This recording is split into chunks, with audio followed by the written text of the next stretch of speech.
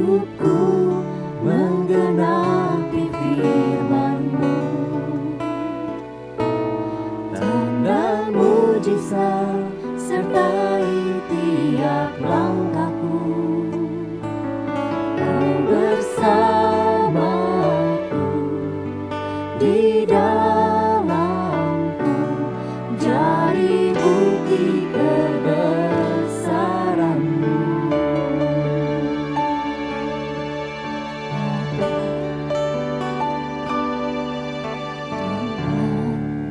Kau sempurna dalam rencana-Mu dan karya-Mu. Ku serahkan hidupku, murnikan dengan Roh-Mu. Kau sempurna Tuhan, Kau sempurna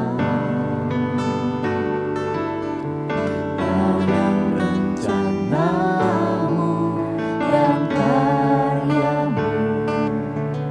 Ku serahkan hidupku, murnikan dengan Roh-Mu. Hidupku menggenapi firman-Mu. Tanda mujizat sertai tiap langkahku. Kau bersamaku di dalamku, jadi bukti kebesaran-Mu. Hidupku menggenapi firman-Mu. Tanda mujizat sertai tiap langkahku. Kau bersamaku di dalamku, jadi bukti kebesaran-Mu. Kau bersamaku, Kau di dalamku, Tuhan. Ku bersyukur sebab Kau selalu bersamaku, Tuhan. Kau sertai setiap langkahku,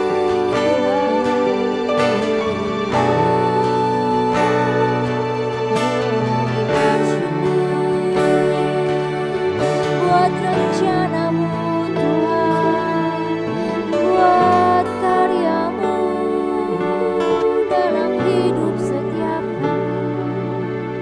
Kami mau hidup menggenapi rencana-Mu, Tuhan,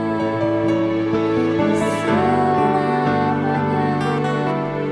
Kami mau berjalan di jalan-jalan-Mu, menggenapi rencana-Mu, Bapa. Kami bersyukur, terima kasih Tuhan, sebab rancangan-Mu penuh damai sejahtera. Kami bersyukur, sebab rancangan-Mu besar atas setiap kami. Ya, kami bersyukur Bapa, sebab rancangan-Mu tidak akan pernah gagal dalam hidup kami. Semuanya akan terlaksana tepat seperti yang Tuhan telah tulis dalam buku kitab kehidupan-Mu, Tuhan. Dalam kitab-Mu tertulis hari-hari yang akan kami lalui. Biarlah setiap kami boleh menggenapinya, Tuhan, dalam hidup kami. Terima kasih Bapa. Shalom Bapak Ibu Saudara yang dikasihi oleh Tuhan. Selamat hari Minggu dan selamat beribadah di rumah saja. Ya, doa dan harapan kami adalah setiap kita ada di dalam kondisi yang sehat dan tetap ada di dalam penjagaan Allah kita yang ajaib. Bapak Ibu saudara dikasih oleh Tuhan, ya, melanjutkan apa yang menjadi tema kita tentang permulaan yang baru, baik di dalam kehidupan kita secara pribadi maupun kita sebagai bagian di dalam jemaat lokal yang ada di Abolov ini, ya. Saya percaya bahwa ada banyak hal, ada banyak perkara yang sebenarnya untuk kita bisa berubah, ada banyak hal yang sebenarnya kita bisa perbaiki di dalam kehidupan kita, tentunya ketika kita berani terbuka dan kita berani mengizinkan Allah untuk melakukan itu atas kehidupan kita. Minggu yang lalu Pak Beta mengingatkan kita tentang Musa, bagaimana Musa memasuki kehidupan musim yang baru di dalam kehidupan dia, dan dia bisa melakukan hal-hal persis seperti apa yang Allah kehendaki untuk dia lakukan di dalam kehidupannya, yaitu membawa bangsa Israel keluar dari tanah Mesir. Dan salah satu kuncinya, ya, adalah ketika Musa memiliki kedekatan dengan Allah. Nah, Bapak Ibu saudara dikasih oleh Tuhan, hari ini saya mau ingatkan kembali untuk memasuki satu permulaan yang baru di dalam kehidupan kita, maka kedekatan dan keintiman kita dengan Tuhan itu akan menjadi kunci untuk kita mengalami perubahan di dalam kehidupan kita. Tentunya dimulai dari pola pikir kita. Masih ingat 2 minggu yang lalu, 3 minggu yang lalu saya mengingatkan tentang, ya, bagaimana kita harus merubah pola pikir atau paradigma kita yang lama kepada hal yang baru, dan bagaimana kita harus melompat keluar dari zona nyaman kita, masuk kepada zona di mana Tuhan mau untuk kita ada di sana. Dan hari ini, ya, kita akan melihat bagaimana kita merubah pola pikir kita untuk kita melihat kehidupan kekristenan kita.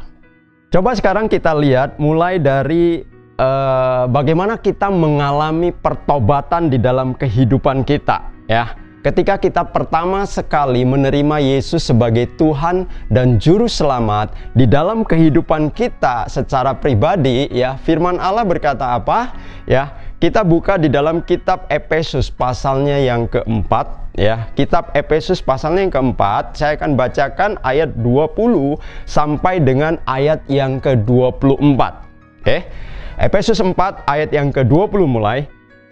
Tetapi kamu bukan demikian, kamu telah belajar mengenal Kristus, karena kamu telah mendengar tentang Dia dan menerima pengajaran di dalam Dia menurut kebenaran yang nyata dalam Yesus. Ayat 22, yaitu bahwa kamu berhubung dengan kehidupan kamu yang dahulu harus menanggalkan manusia lama yang menemui kebinasaannya oleh nafsunya yang menyesatkan, supaya kamu dibaharui di dalam roh dan pikiranmu, dan mengenakan manusia baru yang telah diciptakan menurut kehendak Allah di dalam kebenaran dan kekudusan yang sesungguhnya, ya. Nah, Bapak Ibu Saudara yang dikasih oleh Tuhan, firman Allah berkata bahwa ketika kita menerima Yesus sebagai Tuhan dan Juru Selamat di dalam kehidupan kita, sesungguhnya, ya, kita itu menanggalkan manusia lama kita dan kita mengenakan manusia yang baru, ya. Ingat, perumpamaan ini seperti mengenakan pakaian, ya, menanggalkan pakaian lama kita dan menggunakan pakaian yang baru, ya. Menanggalkan, ya, menanggalkan itu berarti melepaskan seluruhnya, ya. Bukan, firman Tuhan tidak berkata itu ditambal, ya. Tidak berkata itu hanya diperbaiki, ya. Tidak berkata bahwa hanya dilengkapi, ya. Tidak berkata bahwa itu hanya ditutupi atau dirangkap. Tapi firman Tuhan berkata, ya, menanggalkan manusia yang lama dan mengenakan manusia yang baru, ya. Tidak berkata dilengkapi dengan manusia yang baru, tidak berkata ditambal dengan manusia yang baru, ya, tidak berkata ditutupi dengan manusia yang baru atau dirangkap dengan manusia yang baru, ya. Tetapi menanggalkan manusia yang lama dan mengenakan manusia yang baru, ya. Bapak Ibu saudara yang dikasih oleh Tuhan, Ada berbagai macam hal yang ada di dalam pikiran ketika seseorang menerima Yesus sebagai Tuhan dan Juru Selamat di dalam kehidupan dia. Pertamanya mungkin mereka berpikir ini sesuatu yang luar biasa yang terjadi di dalam kehidupan mereka.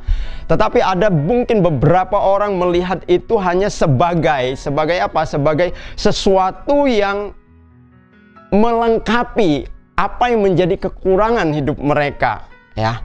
Mungkin mereka hanya ingin merasa aman ketika mereka menerima Yesus sebagai Tuhan dan Juru Selamat. Karena apa? Karena firman Allah berkata, ya, siapa yang memiliki anak, dia memiliki hidup. Artinya dia memiliki jaminan untuk hidup yang kekal. Dari ketika menerima Yesus hanya berpikir bahwa, ya, dia memperoleh hidup yang kekal. Ya, itu tidak salah, ya. Kemudian mereka mungkin hanya berpikir ketika menerima Yesus menjadi orang percaya, maka kehidupan mereka akan lebih mudah, kehidupan mereka akan lebih diberkati, kehidupan mereka akan lebih disertai oleh Tuhan. Lalu apa yang mereka kerjakan Tuhan akan buat menjadi berhasil. Udah cukup sampai di sana, ya. Ini juga tidak salah, ya. Atau hanya sekedar, ya, mengisi kekosongan hatinya. Ya, saya masih ingat ketika saya bertobat dulu, ya, salah satu poin yang menjadi hal yang berkesan di dalam hidup saya adalah ada satu kekosongan yang ada di dalam hati saya yang saya tidak bisa jumpai itu untuk dipenuhi dan dipuaskan. Tetapi ketika saya menerima Yesus sebagai Tuhan dan Juru Selamat saya di dalam kehidupan pribadi, kekosongan itulah bisa diisi oleh Yesus. Ya, itu benar. Tapi saya mau katakan hari ini, kalau itu hanya berhenti sampai di sana, ya, artinya hanya sebagai pelengkap di dalam kehidupan kita, ya, sepertinya ada sesuatu yang salah di dalam kekristenan kita, ya. Makanya tidak heran, ya, kalau, ya, hanya sebagai pelengkap, ya, dalam perjalanan kehidupan kekristenan kita, Tuhan tanda kutip juga hanya sebagai pelengkap di dalam diri kita, ya. Maka tidak heran kita jumpai orang-orang yang mungkin ketika mereka mendengar firman Tuhan, atau ketika menerima firman Tuhan, atau ketika mereka membaca firman Tuhan, ada ayat-ayat yang disukai, ada tema-tema khotbah yang disukai, ya, tapi ada bagian ayat-ayat yang juga mungkin tidak disukai.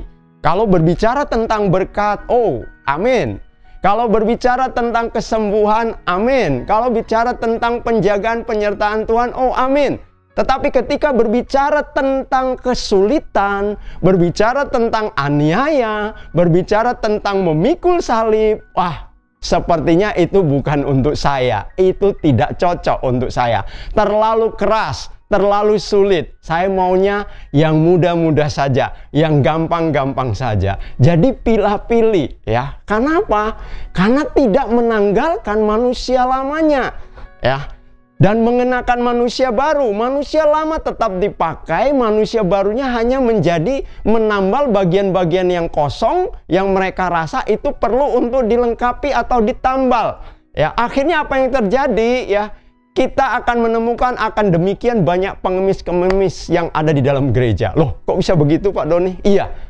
Ya, secara materi mungkin mereka berkelebihan, berkecukupan, tetapi secara rohani mereka tidak lebih dari pengemis-pengemis. Karena apa? Mereka tidak benar-benar menanggalkan manusia lama mereka. Mereka tetap mengenakan manusia lama mereka, tetapi mereka mengambil, ya, manusia baru itu hanya sebagai bagian yang ditambalkan, menutupi apa yang menjadi kekosongan mereka, menutupi apa yang menjadi kekurangan mereka, menutupi apa yang menjadi hal-hal yang mereka ingin itu terjadi atas kehidupan mereka, ya. Jadinya secara rohani mereka adalah pengemis-pengemis yang tidak pernah merasa terpuaskan di dalam kehidupan kekristenan mereka. Bapak Ibu Saudara dikasih oleh Tuhan, di dalam Lukas 5 ayat yang ke 36, 37 dan 38, ya. Tuhan Yesus mengambil sebuah perumpamaan, ya. Dikatakan ayat 36, ia mengatakan juga suatu perumpamaan kepada mereka. tidak seorang pun mengoyakkan secarik kain dari baju yang baru untuk menambalkannya pada baju yang tua. Jika demikian, yang baru itu juga akan koyak, dan pada yang tua itu tidak akan cocok kain penambal yang dikoyakkan dari yang baru itu. Demikian juga tidak seorang pun mengisikan anggur yang baru ke dalam kantong kulit yang tua. Karena jika demikian, anggur yang baru itu akan mengoyakkan kantong itu, dan anggur itu akan terbuang, dan kantong itu pun hancur. Tetapi anggur yang baru harus disimpan dalam kantong yang baru pula. Nah, Bapak Ibu Saudara dikasih oleh Tuhan, kita lihat ya, dikatakan tidak mungkin ya seseorang akan mengambil kain yang baru untuk ditambalkan kepada pakaian atau baju yang sudah tua. Karena percuma ya. Itu akan merusak kedua-duanya. Oke? Dan tidak ada orang yang akan menuangkan anggur yang baru ya ke dalam kantong kulit yang lama, karena itu juga akan menghancurkan kantongnya, maka anggurnya akan tertumpah dan sia-sialah semuanya ya. Di dalam kehidupan kekristenan kita, iman percaya kita kepada Tuhan seharusnya juga jangan sampai terjadi yang seperti demikian ya, hanya menambalkan bagian-bagian yang kita inginkan, hanya mengambil ya, ingin mendapatkan sesuatu yang baru, tetapi kita tetap mengenakan manusia lama kita. Tidak bisa ya.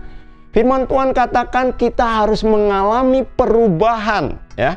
Masih ingat tadi dikatakan Efesus pasal yang keempat tadi, dikatakan supaya kamu dibaharui. Efesus 4:23 tadi katakan supaya kamu dibaharui di dalam roh dan pikiranmu. Kita harus mengalami perubahan ya di dalam roh kita dan di dalam pikiran kita. Ya, supaya apa? Supaya kita bisa melihat ya, harus ada sesuatu yang berbeda yang terjadi di dalam kehidupan kita, di dalam proses kita mengikuti Allah kita. Jadi jangan sama lagi ya seperti manusia yang lama. Jangan hidup lagi di dalam kehidupan lama kita. Masih ingat orang Israel ya dipimpin oleh Musa keluar dari tanah Mesir. Ya, mereka dipimpin, dibawa oleh Musa keluar meninggalkan tanah Mesir. Tetapi apa yang terjadi? Ya, secara fisik mereka keluar dari tanah Mesir, tetapi hati mereka tetap terpaut kepada Mesir. Sehingga ketika ada kesulitan terjadi, ada sesuatu yang tidak menyenangkan terjadi, mereka selalu kembali teringat kepada Mesir. Mereka selalu terbayang-bayang kepada Mesir dan mereka selalu ingin kembali kepada Mesir. Nah, jangan-jangan kehidupan kita sebagai orang-orang tanda kutip orang percaya, kita juga terjebak di dalam situasi itu ya. Mungkin kita katakan saya sudah lahir baru, saya sudah menjadi orang percaya, saya mengikuti Kristus, tetapi di dalam realita ternyata kita tidak pernah meninggalkan kehidupan manusia lama kita. Karena apa? Karena kita selalu ada bergelut di dalamnya ya. Sementara hal yang baru dari Tuhan tidak benar-benar kita gunakan ya. Jadi Bapak Ibu Saudara yang dikasihi oleh Tuhan, hari ini kita harus mengalami perubahan paradigma kita di dalam kita melihat kehidupan kekristenan kita. Seperti apa yang saya katakan di depan tadi ya, bahwa untuk kita mengalami perubahan di dalam kehidupan kita yang dimulai dari pola pikir kita, paradigma kita, maka kehidupan kita di dalam membangun keintiman, kedekatan dengan Tuhan itu akan menjadi kunci yang paling utama ya. Karena apa? Karena ketika kita dekat dengan Allah kita, maka kita akan diperbaharui, kita akan dipengaruhi ya. Kita akan mulai melihat ada sisi-sisi yang berbeda dari sudut pandang kita sebagai manusia dengan sudut pandangnya Allah Ya. Nah, salah satu cara untuk kita membangun kedekatan atau keintiman kita dengan Tuhan adalah lewat pembacaan dan perenungan firman Allah. Ya. Kenapa banyak orang tidak tertarik dengan pembacaan dengan perenungan firman Allah? Karena kalau kita tidak pernah membaca dan merenungkan firman Allah, bagaimana kita bisa mengenal Allah kita? Bagaimana kita bisa dekat dengan Dia kalau kita tidak pernah bisa mengenal Dia melalui firman-Nya, ya? Karena seluruh pengenalan akan Allah selain dari ciptaan dunia ini yang kita percaya diciptakan oleh Tuhan, pengenalan akan karakter-karakter Allah, janji-janjinya Allah, pengenalan akan sifat-sifatnya Allah, itu semuanya tertulis di dalam firman Tuhan. Jadi kalau kita tidak memiliki waktu, tidak menyediakan waktu untuk kita membaca dan merenungkan firman Tuhan, saya curiga bahwa kita tidak akan pernah bisa benar-benar mengenal Allah kita. Bapak Ibu saudara yang dikasihi oleh Tuhan, kenapa ini menjadi satu poin yang sangat penting ya? Ingat, Alkitab dimulai dari kitab Kejadian ya. Dan Kejadian pertama, ayat yang pertama ya, Tuhan katakan di dalam firman Tuhan, pada mulanya Allah menciptakan langit dan bumi. Tetapi saya akan penggal, saya akan potong ya pembacaan saya, penekanan saya dimulai dari pada mulanya Allah. Jadi semuanya harus kembali kepada Allahnya, pribadinya Allah, bukan kepada hal yang lain. Ya, pada mulanya Allah. Jadi Tuhan harus menjadi poin yang paling utama di dalam kehidupan kekristenan kita. Tidak boleh yang lain. Kemudian kitab Yohanes 1 ayatnya yang pertama, Yohanes pertama ayat yang pertama, firman Tuhan katakan, pada mulanya adalah firman. Tidak ada yang lain. Pada mulanya Allah, Kejadian 1 ayat 1, pada mulanya firman, Yohanes 1 ayat 1 ya. Lalu masih ingat bagaimana Tuhan Yesus mengajarkan tentang doa Bapa kami? Ya. Di dalam Matius pasal yang ke-6 dikatakan, Bapa kami yang di surga, dikuduskanlah namamu, datanglah kerajaanmu, dan jadilah kehendakmu. Dimulai dari Allah juga ya. Tidak yang lain. Jadi semua apapun di dalam kehidupan kita, muaranya itu harus kepada Allah. Karena dialah yang empunya kehidupan kita. Ya, bukan berfokus kepada ego, kehendak atau keinginan pribadinya kita. Makanya kenapa kita harus menanggalkan manusia lama kita ya? Karena manusia lama selalu akan berbicara tentang ego, selalu akan berbicara tentang sesuatu yang ingin menyenangkan diri sendiri, yang ingin memuaskan apa yang menjadi keinginan manusia, keinginan hawa nafsu sebagai manusia. Tetapi manusia baru, manusianya Allah, dia akan selalu berfokus dan bermuara kepada apa yang menjadi kehendak dan keinginannya Allah. Ya, makanya semua harus kembali kepada Allah. Ya. Oleh sebab itu, hari ini saya mau katakan, kenapa kita penting untuk kita membaca, merenungkan firman Tuhan setiap hari. Karena lewat firman inilah kita bisa mengenal seperti apa Allah kita. Supaya kita bisa menyelam apa yang menjadi kehendak Allah, keinginan Allah atas kehidupan kita, ya baik sebagai pribadi maupun sebagai bagian di dalam jemaat lokal atau tubuh Kristus. Kalau tidak, saya mau katakan bahwa seluruh apapun yang kita lakukan, maka fokusnya selalu akan kepada diri kita sendiri. Bapak Ibu Saudara yang dikasihi oleh Tuhan, ya. Saya senang dengan orang-orang yang memiliki tujuan, memiliki visi, ya, memiliki hal-hal apa yang dia ingin capai di dalam kehidupan dia ke depannya. Tetapi hari ini saya mau katakan, biarlah semua itu harus dilandasi oleh kebenaran-kebenaran firman Tuhan dan harus untuk kepentingan kerajaan Allah.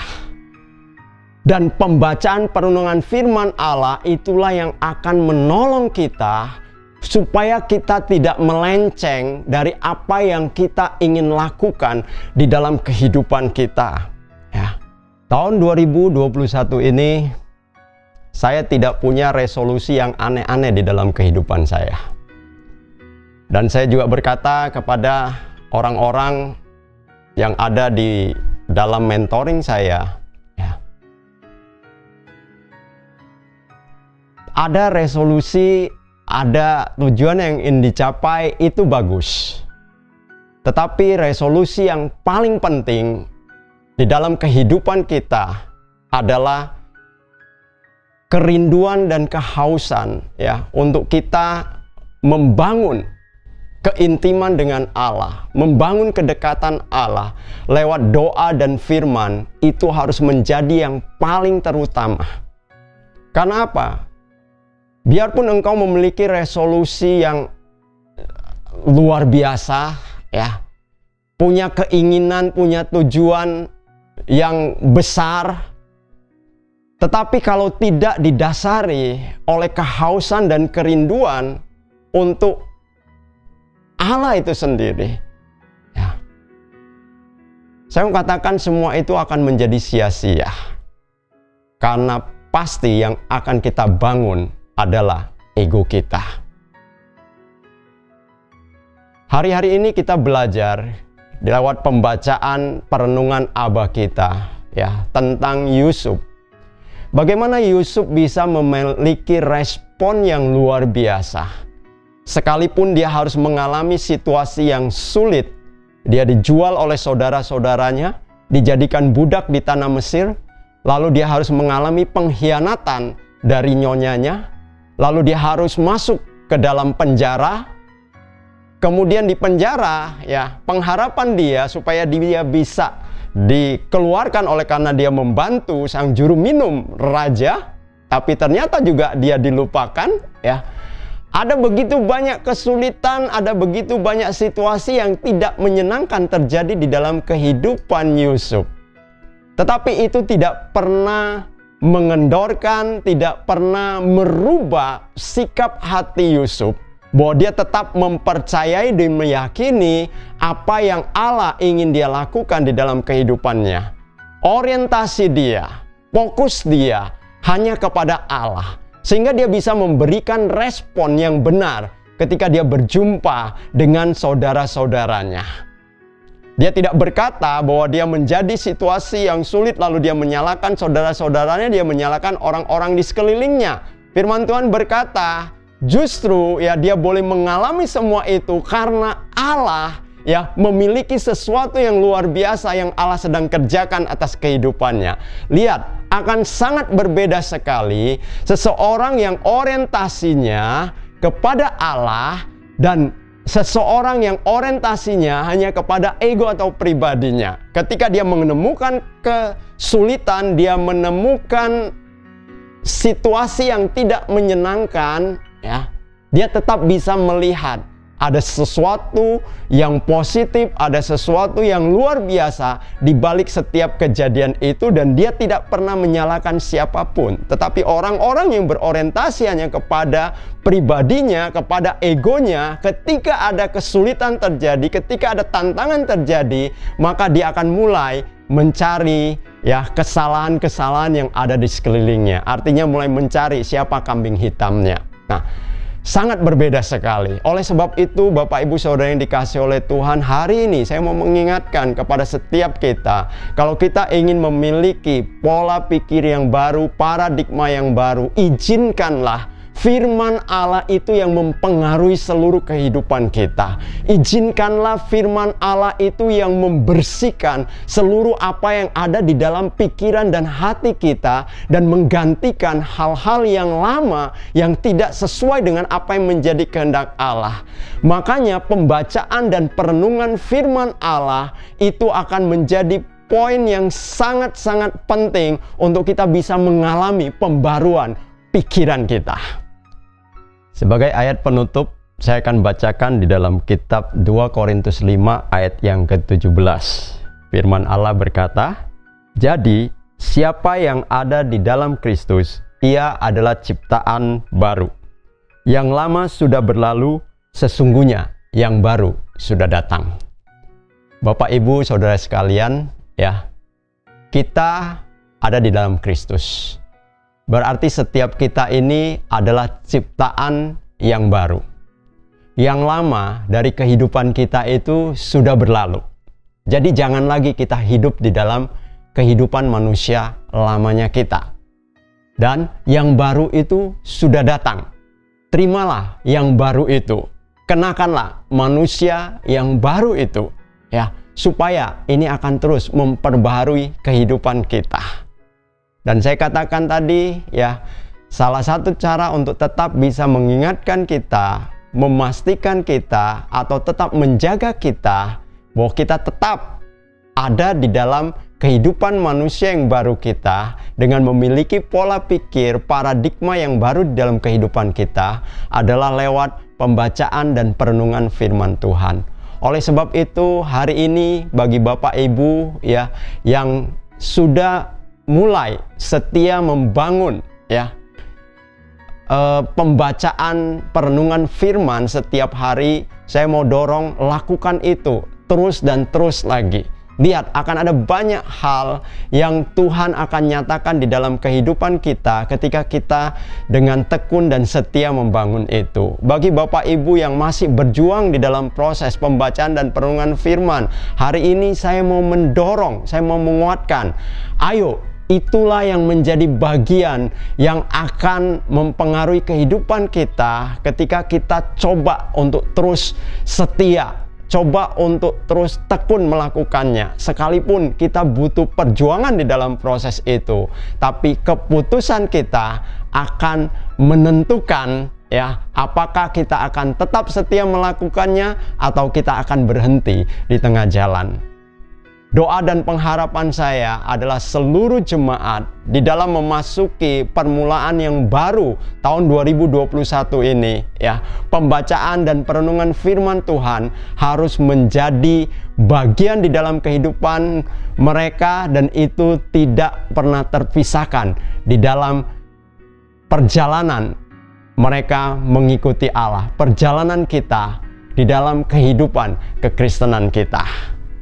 Jadi tetap semangat, dan saya percaya semua itu akan boleh menjadi berkat.